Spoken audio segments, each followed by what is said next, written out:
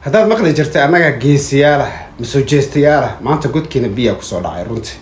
biyo badan ayaa godkeena kusoo dhacay waxaa jirta caalamka maanta inay ka howlgaleen eeyaal robot ah kuwaasi oo la dagaalamaya wadanka Russia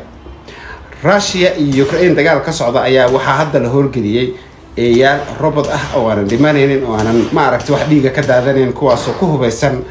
qoryaha ugu waaweyn kana dagaalamaya goobaha dagaalka hadda ka socda ee Ukraine. haddaba sida la socota caalamkii ayaa teknoolojiyadii sare u kacay waxaana wadan walba uu maanta uu sameystay eeyaal u qaas ah u dagaalamaya oo intaasoo kuna runaantii waana hayna runtii ay noqonaysaa hab cusub oo dagaalka caalamka loo gali doono ayadoo laga maarmi doono in meeshii ay 4 iyo 5 askari kaaga dhiman jirtay uusan qofna ku dhimanaynin haddana hooshii la gudanayo. haddaba qoryahan ayaa waxaa wadamada China iyo Talyaaniga iyo Ingiriiska iyo Mareykanka iyo wadamo badan oo kale ay baryahanba wadeen waa in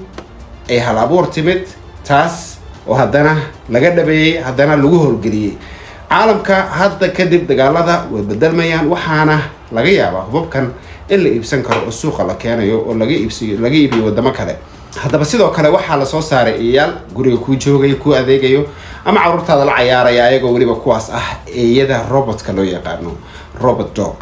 haddaba caalamka uu isbedelayaa annagana Soomaali ahaan ilaahay waxaan ka baryaynaa inuu eeyahaas wadanka keenin intay xaaladeena qasan tahay balse markuu wadanka ammaan noqdo oo amnigiisa hagaago waxaan filayaa in haddii aad nooshahayba aad gaari doonto arki doonto in laga maarmi doono askar ku dagaalanta balse ay ku dagaalami doonaan robotyo.